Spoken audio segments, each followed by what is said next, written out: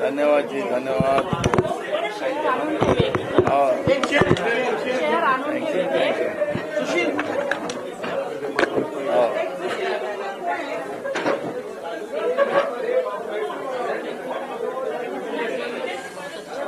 खुर्ची घ्या, खुर्ची।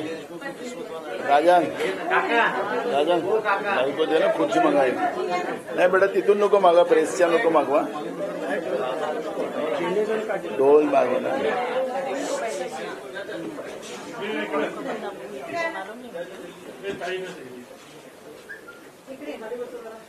चला चला, दिल्लीची प्रेस आहे ना, बाबा आले का बाबांची? चला आपण चला। हा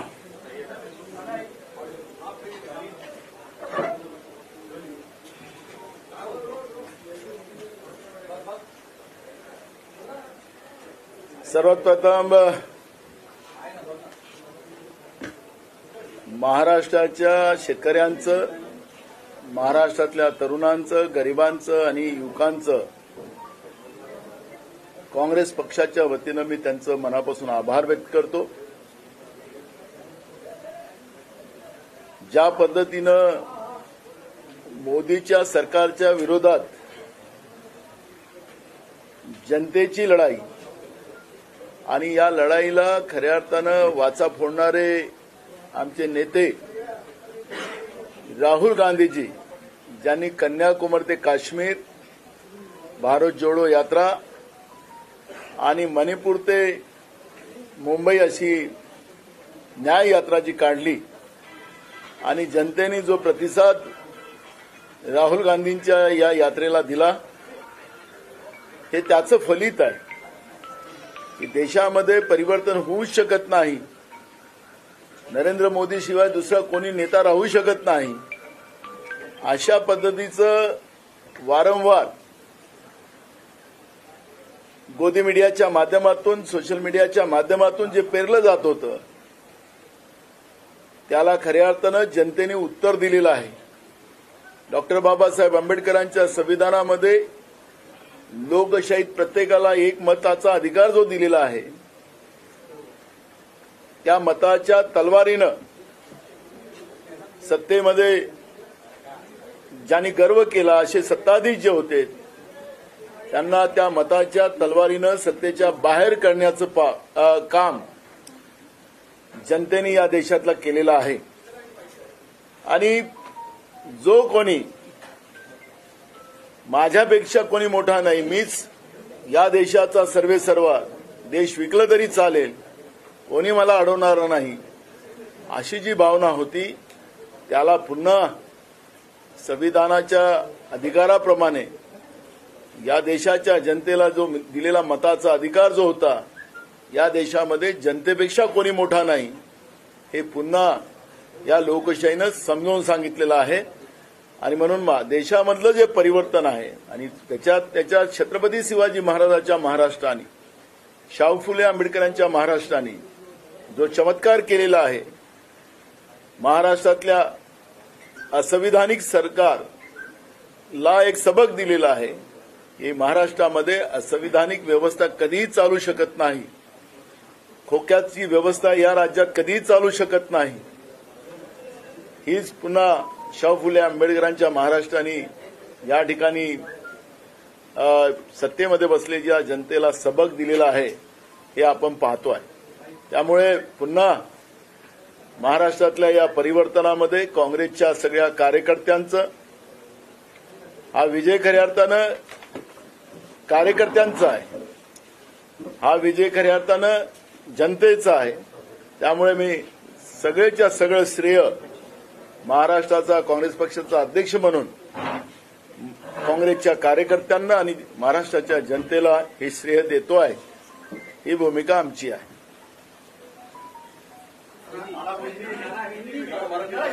मराठी करता हाँ,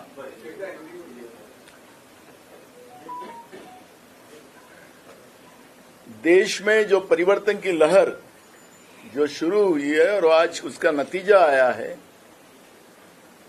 उस नीति जी का अर्थ ये है कि देश की जनता ने अत्याचारी और तानाशाह व्यवस्था को सत्ता से बाहर निकालने का जो मानस बनाया था और उसका नेतृत्व हमारे नेता राहुल गांधी जी ने कन्याकुमारी से कश्मीर जो भारत जोड़ो यात्रा की थी, मणिपुर से मुंबई जो न्याय यात्रा की थी, और राहुल गांधी जी के नेतृत्व में देश की जनता पूरी उनके साथ खड़ी हुई और उसी के नतीजा है कि आज देश में परिवर्तन की लहर आप लोग देख रहे हो।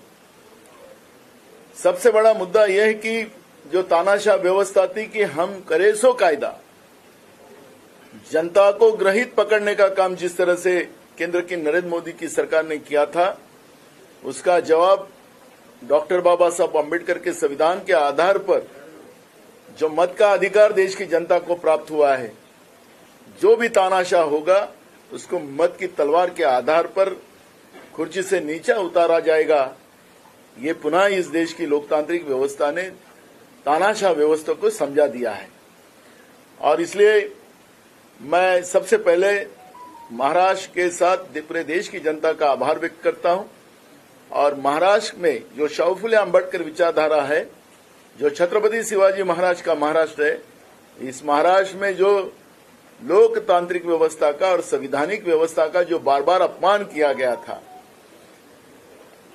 तत्कालीन राज्यपाल भगत सिंह कोश्यारी से संवैधानिक व्यवस्था का खून किया गया था और असंवैधानिक सरकार देश राज्य में बिठाकर जो महाराष्ट्र की लोकतांत्रिक व्यवस्था को खतरा पहुंचाने का काम किया गया था, उसका सबक भी महाराष्ट्र की जनता ने उनको दिया है। और इसलिए महाविकास आघाड़ी का आपको ज्यादा से ज्यादा सांसद जो चुन के आए वो नतीजा आपने देखा है।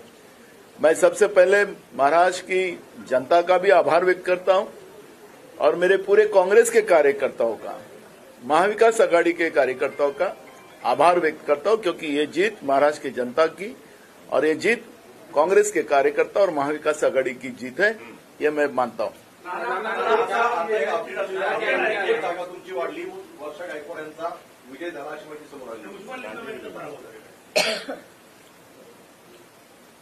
हमारी सीटें और बढ़ते जाएंगी।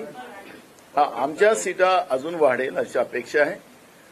जसं आता वर्षाताईची सीट आता आमची पुन्हा आता जिंकण्याच्या याच्यामध्ये आहे, आता शेवटच्या राऊंडमध्ये आहे, त्याच्यामध्ये वर्षाताई जिंकल, याच्यामध्ये दुमत नाही। त्याचा रिझल्ट आला असं तुम्ही सांगितलं, म्हणजे जिंकल्या। त्याचप्रमाणे धुळ्याची जागा ही 2000च्या फरकाची आता आहे, त्याचा आम्ही रिकाउंटिंग मागितलेला आहे। तिथं आमचे सगळे कार्यकर्ते आणि आमचे उमेदवार पण आहेत। 2000चा फरक कुठेतरी गडबड आम्हाला तिथं नजर येते आहे। त्याचप्रमाणे अकोल्यामध्ये सुद्धा आम्हाला अजूनही अंदाज आहे की तिथं आम्ही पुन्हा अजूनही तिथं 5-6 राऊंड बाकी आहेत, तिथेही आम्ही पुढे येऊ असा आमचा विश्वास आहे।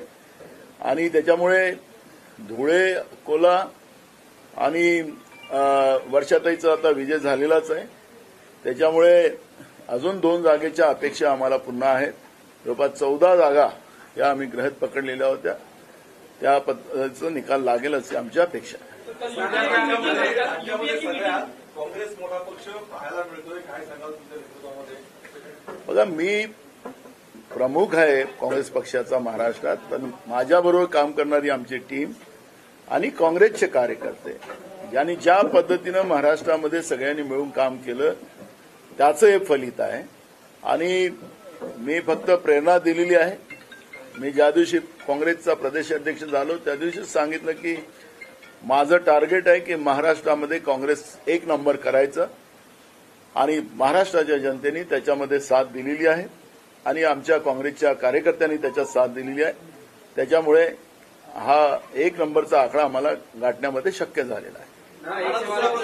सांगलीची जागा जी आहे ती विशाल पाटील जिंकलेल्या आहेत, उद्धव ठाकरेंचा जो हक्क होता पुढे चुकीचं झालंय। आता त्याच्यावरची चर्चा होऊ शकत नाही। माझा मुद्दा एवढाच आहे की जे काही जनतेने आम्हाला सगळ्यांना सांगितलेलं आहे ते आम्ही या मतदानाच्या रूपाने आम्हाला कळलं पाहिजे। आता 4 महिन्यातच विधानसभेच्या निवडणुका आहेत त्या निवडणुकांमध्येही आम्हाला पुढे जायचं आहे. काँग्रेस पक्षाची भूमिका आहे की आम्ही सगळे मिळून आम्ही राज्यामध्ये पुन्हा एकत्रित सरकार आणावं महाविकास आघाडी म्हणून, असं आमची इच्छा आहे आणि त्यासाठी आमचा प्रयत्न पण आहे. पण जे काही जागा वाटपामध्ये काही गडबडी होतात त्याचाही अंदाज सगळ्यांनी घेतला पाहिजे आणि त्याच्यातून योग्य मार्ग काढून मेरिटच्या आधारावर, जे काँग्रेसने पहिलेच सांगितलं होतं की मेरिटच्या आधारावर निर्णय व्हावेत, ती भूमिका आमची होती. ठीक आहे, जे आता झालं त्याच्यावरची चर्चा मला आता करायची नाही, पण विधानसभेमध्ये आम्ही सगळेजण बसून पुन्हा चांगले निर्णय करू असं माझा विश्वास है. महाराष्ट्र के भीतर जिस तरीके से तोड़फोड़ हुई, जिस तरीके से 2.5 साल में सरकार चलाई गई, क्या उसकी वजह से जनता ने ये अपना निकाल दिया आप लोगों की तरफ से? और लगातार कांग्रेस ये कह रही थी कि महाराष्ट्र के भीतर जो चल रहा है उससे ज्यादा भयानक पूरे देश भर में चल रहा है. वो सारी चीजें जनता तक पहुंचा पाए और बीजेपी कहीं न कहीं निगेटिव हुई, क्योंकि अब बीजेपी के नेता कह रहे हैं कि महाराष्ट्र में 2 समाजों ने झगड़ा लड़ाकर और जीत की गई. देखो, झगड़ा लड़ाने में तो बीजेपी की उस्तादी है. मराठा ओबीसी का झगड़ा महाराष्ट्र में उन्होंने लड़ाया, धनगर आदिवासियों का झगड़ा लड़ाया, कितनी कौमों के झगड़े लड़ाया. उसका जवाब तो उनको ही देना है. झगड़े हमने नहीं लड़ाए, सत्ता में तो वो लोग बैठे हैं. सत्ता में बैठकर अपनी गलती करने का, अपनी झगड़े लड़ाना और लोगों के मूल इश्यू को डाइवर्ट करना. महंगाई के बारे में बीजेपी ने क्यों बात नहीं की? किसानों के बारे में नरेंद्र मोदी ने क्यों बात नहीं की? बेरोजगारी के बारे में क्यों बात नहीं की? गरीबों के बारे में क्यों नहीं बात की? आखिर ये सब सवाल का जवाब जनता मांग रही थी, लेकिन बीजेपी खुद की जनता के पैसे से जाहिरात देकर मीडिया के माध्यम से लोगों में एक परफेक्शन बनाने की कोशिश कर रही थी. और इसलिए मैंने शुरुआत में कहा कि लोकतांत्रिक व्यवस्था में जनता बड़ी होती है, जनता मालक होती है. हम 5 साल के नौकर लोग होते हैं और जिस तरह से वो लोग सत्ता में बैठे हुए लोग मालक की तरह यहां व्यवहार कर रहे हैं, राज्य और देश को बेच रहे हैं, उसका जवाब लोगों ने वोट के माध्यम से दिया है कि मालक हम लोग हैं, तुम लोग नहीं है. और ये जवाब दिया है और उसका परिवर्तन की ये लहर है.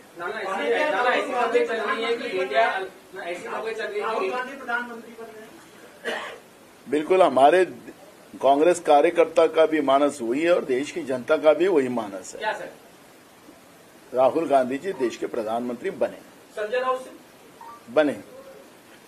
पर अब जो मैंडेट आया है, और आपको सबको पता है कि गांधी परिवार मैंडेट के बाद भी, हमारी नेता सोनिया गांधी जी ने 1 बार नहीं 2 बार हमें मैंडेट मिला, लेकिन प्रधानमंत्री बनने का सोनिया गांधी जी को चांस था. आज भी जो मैंडेट आया है उसके आधार पर हम देश के नेताओं को भी अपील करेंगे जो इंडिया आघाड़ी में है और जो भी हमको सपोर्ट करेंगे, राहुल गांधी जी को प्रधानमंत्री बनाने के लिए उनमें मदद करना चाहिए. एक अच्छा नेतृत्व देश में प्रधानमंत्री के रूप में जो आज लोगों की पसंद है वो बनना चाहिए. कांग्रेस का कार्यकर्ता करके मेरी भावना है और हमारे देश के करोड़ों कार्यकर्ता की भावना है.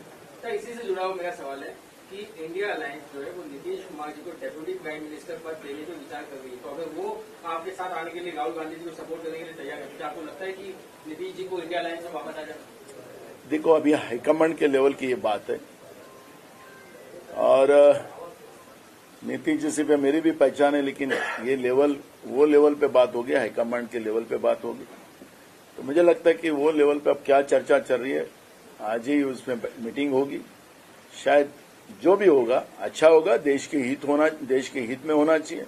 और आपने देखा होगा कि कल देश के पूर्व जस्टिस जो हाईकोर्ट में थे, जो सुप्रीम कोर्ट के थे, जो 8 जस्टिस ने माननीय महामहिम राष्ट्रपति जी को एक खत लिखा कि देश में इस बार जो पार्लियामेंट आएंगी वो हंग पार्लियामेंट रहेंगी, ऐसा अंदाजा उन्होंने कल ही रखा था और राष्ट्रपति जी को उन्हें खत लिखा था.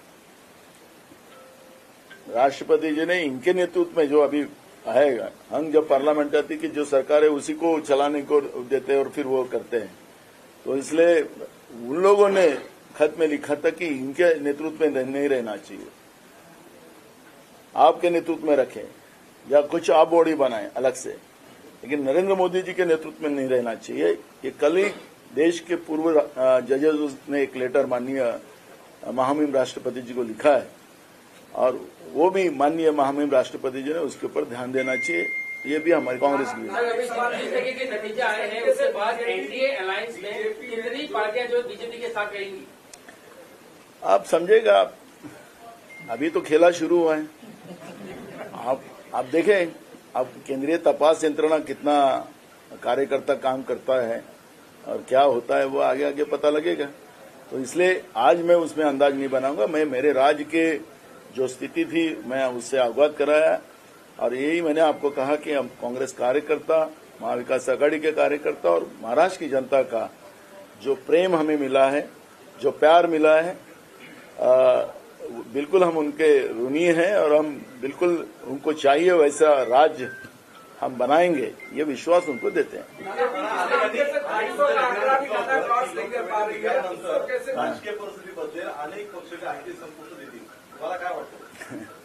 अभी आमचं सरकार, राहुलजींनी सांगितलं की आमचं सरकार देशात आलं तर आम्ही अग्निवीर व्यवस्था जी योजना आहे मिलिटरीतली ती आम्ही बंद करू। त्या अग्निवीर योजनेमध्ये पेन्शन पण नाही आणि शहीदाचं दर्जा पण नाही। त्यामुळे राजकीय व्यवस्थेमध्ये सुद्धा नरेंद्र मोदीजींनी अग्निवीर योजना आणलेली होती। आता या अग्निवीर योजनेमध्ये कोण कोण फसतात आहेत त्याच्यावर बघू आता काय मार्ग काढायचा होगा। देखो, राहुल जी का जो वादा है वो गारंटी के साथ था और वारंटी के साथ था और राहुल जी का वादे की मुकाबला नरेंद्र मोदी जी के गारंटी से नहीं हो सकता क्योंकि वो जुमलेबाज था। ये फर्क देश की जनता ने समझा और इसलिए ये परिवर्तन की लहर आई। नाना, बीजेपी 250 का आंकड़ा भी क्रॉस अभी तक नहीं कर पा रही है, तो क्या ऐसी कंडीशन में जिस तरीके से अलायंस पार्टनर को उन्होंने 10 साल ट्रीट किया है वो उनके साथ कंटिन्यू रहेंगे या जो लड़के मारे गए हैं वापस बैक टू पवेलियन? अभी मैंने कहा कि बहुत सारा खेला होने वाला है। आज रात में इतना सारा खेला होगा, भाजपा में ही खेला होगा। तुम एनडीए में चर्चा अभी मत करो, भाजपा में कितना खेला होगा वो रात तक पता लगेगा। मुंबईमध्ये फक्त एकच भाजपची जागा आलेली आहे। मुंबई महानगरपालिकेच्या निवडणुका कधी होतील माहिती नाही, त्याच्यावर तुमचं काय? मी तुम्हाला सांगितलं की स्थानिक स्वराज्य संस्थांच्या निवडणुका ज्या पद्धतीनं भाजपने सत्तेच्या आधारावर या निवडणुका होऊच दिल्या नाही, म्हणजे ज्यांना लोकशाही मान्य नाही, प्रशासक आणि सरकार या माध्यमातूनच सगळं कारभार करायचं आणि लोकांना अडचणीत आणायचं, हे जे पाप बीजेपीनं केलं त्याचे परिणाम त्यांना भोगावे लागले। मुंबईमध्ये आज अशी परिस्थिती आहे की डेंग्यूचा प्रादुर्भाव मोठ्या प्रमाणात वाढला।